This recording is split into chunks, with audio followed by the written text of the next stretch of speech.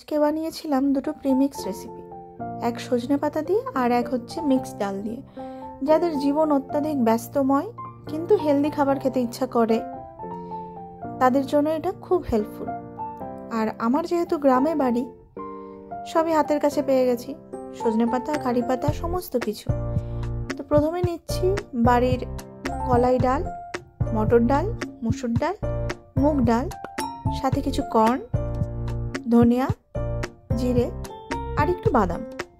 তো সবটাই ধুয়ে নিয়েছি। ধুয়ে নিয়ে শুকনো খোলাতে অর্থাৎ তেল ছাড়া কড়াইতে অল্প আছে বেশ খানিকক্ষণ ধরে ভাজতে হবে, যতক্ষণ না পর্যন্ত ডালগুলো মুচমুচে হয়ে যায়।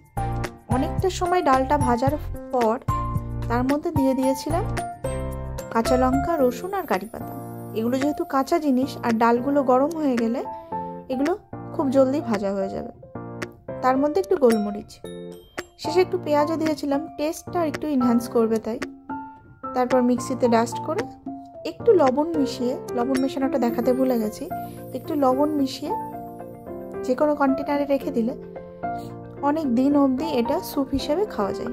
কিভাবে খেতে হয় সেটা আমি পরে আরেকদিন ভিডিওতে দেখাবো। তো এর পরের পালা হচ্ছে সজনে পাতা দিয়ে। এর মধ্যে আমি একটু ধনে পাতা দিয়েছিলাম টেস্টের জন্য, আর কারি পাতা। এর মধ্যেও রসুন, পেঁয়াজ দিয়েছি।